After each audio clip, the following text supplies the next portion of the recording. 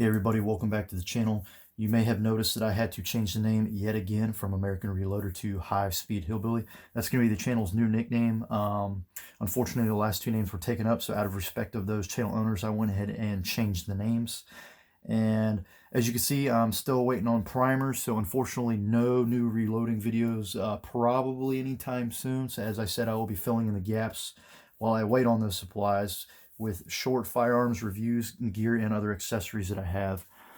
Today's review, short review if you will, is going to be over my Springfield Amory M1A Scout Squad, chambered in 7.62x5.1 NATO and or 308.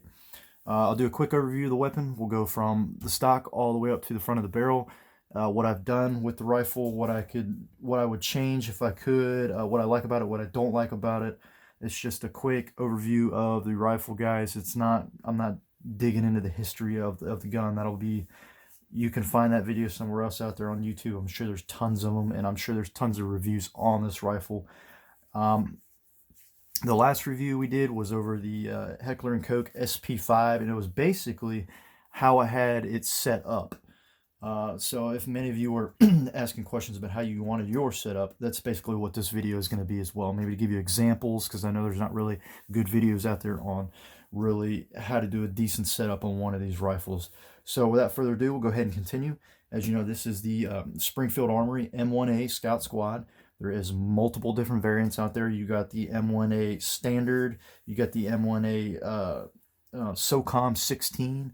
The 16 obviously has a 16-inch barrel. The Scout Squad has the 18-inch barrel, and you got your M1A Standard and then your M1A Match. They make multiple different versions of this in different manufacturers. This one's happened to be made by Springfield Amory, and I should state that I am not getting paid for this review in any way, shape, or form by any of these products or the rifle itself, guys.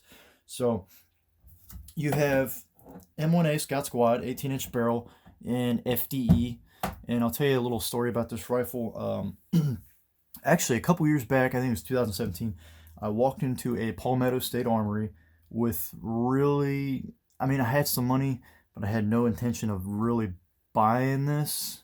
It was just kind of sitting up there on the shelf, and I just happened to walk past it, and I was like, you know what? Okay, let me take a look at this thing, because I've heard a little bit about them, and I know a lot of people don't really like this platform. They don't really like the design. They just said it's not very good. I've actually heard a lot of bad things about it, but hopefully this might change your guys' mind a little bit about this gun. But anyways, so I asked the retailer, I was like, hey man, can I see this thing? He pulled it off the shelf. I looked at it for 20 minutes, and I was like, okay, let's do it. Let's buy it. So I bought it. Well, I'm not going to get into prices, but they are a little expensive. But I bought it home. I didn't really mess with it for like 6 months. It kind of sat in my safe, and then I started doing stuff to it. And the first thing I did with it is I added a Optic Rail on there. Okay, Optic Rail is made by Sadlac Industries, you guys. All right, this is the steel version. They do make a aluminum version, but I wanted the steel just because it's more heavy duty. And when you get this from Sadlac, you can order it from their website. Other retailers, I happen to get mine off Amazon. Yes, I know some of you are like, why are you ordering accessories off Amazon? You can get fakes and all that. Okay, but I know what to look for, so I'm not worried about it. But the steel mount, you guys, is not cheap. It's like $250, $300. Yes, I know that's crazy expensive, but you get what you pay for in terms of firearm accessories, and it's a great mount. But I will say that the mount itself can be difficult to put on your firearm. You do have to do a little bit of modding to put it on there, and you have to be extremely careful when you put the Sadlac Industries steel mount on your gun, because you can actually damage your receiver if you are not careful. And it goes right where the stripper clip guide was. That's where it mounts with a dovetail mount, and it goes all the way up front. And I'll flip it over here. And uses a lock ring and washer right there. And like I said before, you have to be extremely careful when you, I guess you want to call it, modify your rifle. Or you really don't have to modify your rifle, sorry, you have to modify the mount. I had to file the mount itself a little bit, just ever so gently, and then gently tap that tapered dovetail mount in there, because it only goes in one way. If you put it in the other way, you absolutely break your receiver. So make sure you read the directions on that. And Sadillac Industries sends you a manual and a gauging die. That way, if you need to, basically they'll send it back in. They'll machine it down for you to fit your rifle.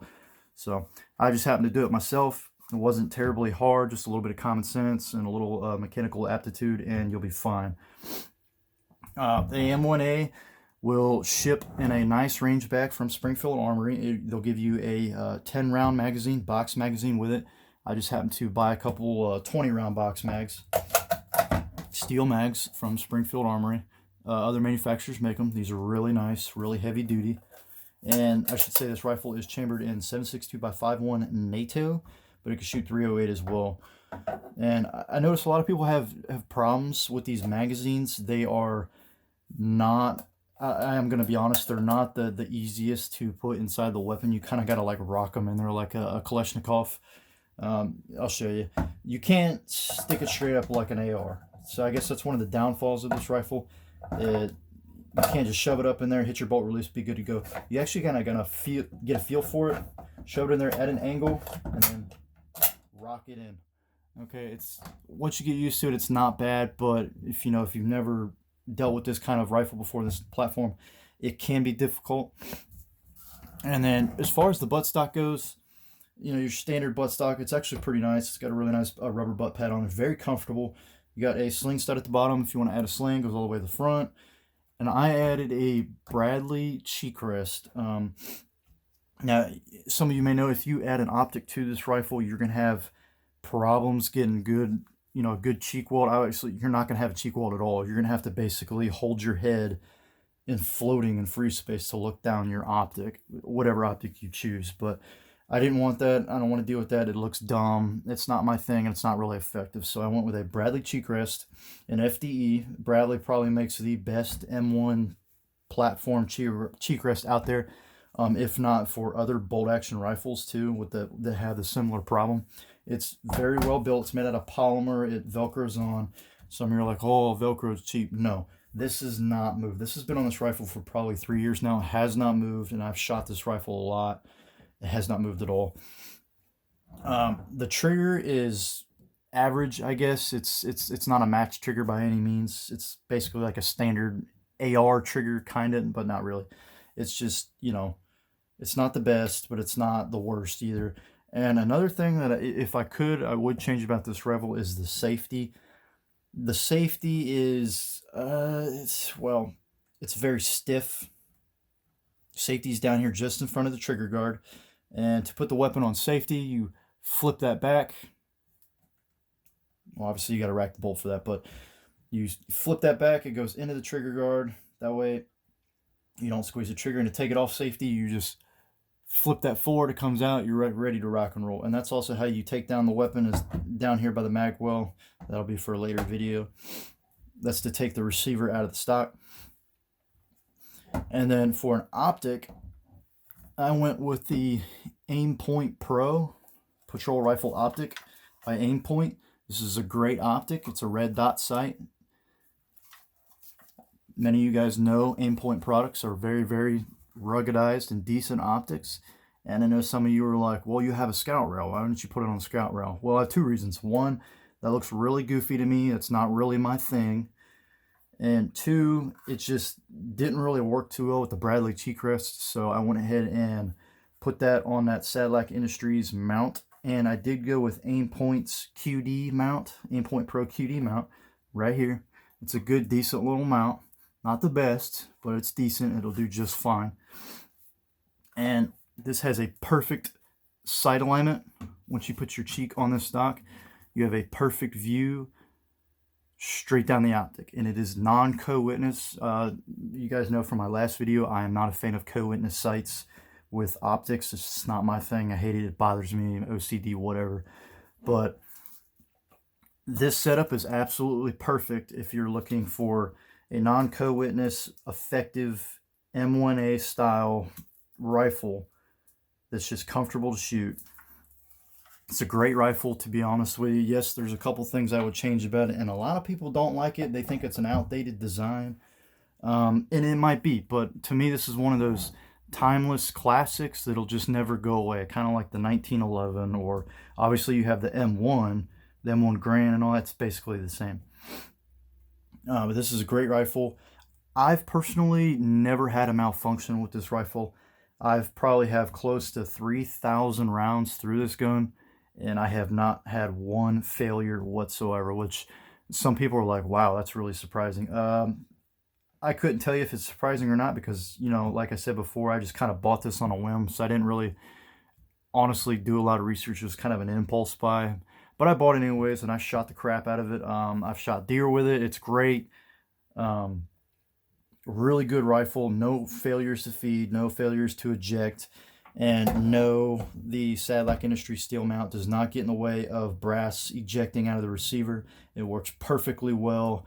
And as far as cleaning the rifle with that on there, you do have to leave that on there, obviously, so you just have to work around it, get in there with a brush, clean it real good.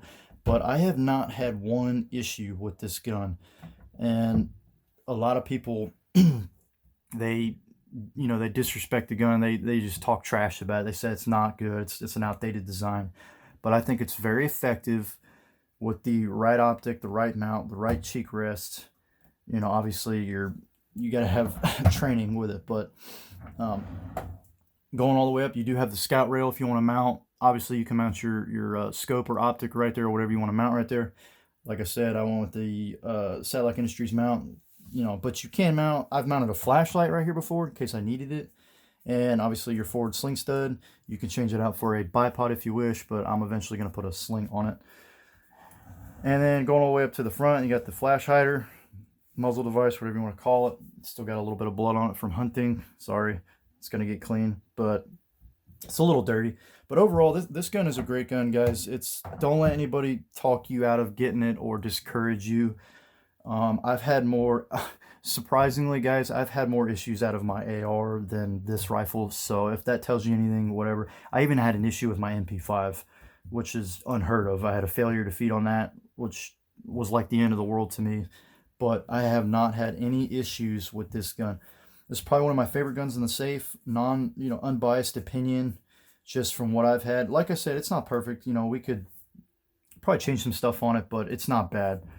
You could, take it hunting, plink with it, do whatever you want, self-defense. But overall, it's a pretty decent gun. Honestly, if I were to give it out of 10 for recommendations, I would probably give it a solid 8.5 out of 10 for recommending getting one. They're a little expensive. They might be out of your budget. I get that, but I mean, this is Springfield Armory. They make really, really good stuff. So, but yeah, that's it. That's the M1A Scout Squad. Chambered in 308, 7.62x5.1 NATO. Hopefully you guys enjoyed the video, and if you have any questions about this gun or the accessories or how I set them up, please go ahead and leave a comment in the comment section. I will do my best to answer you. And I appreciate you guys liking and following the channel, and I really do appreciate the support. And we'll see you guys soon. Hopefully some more content. Bye.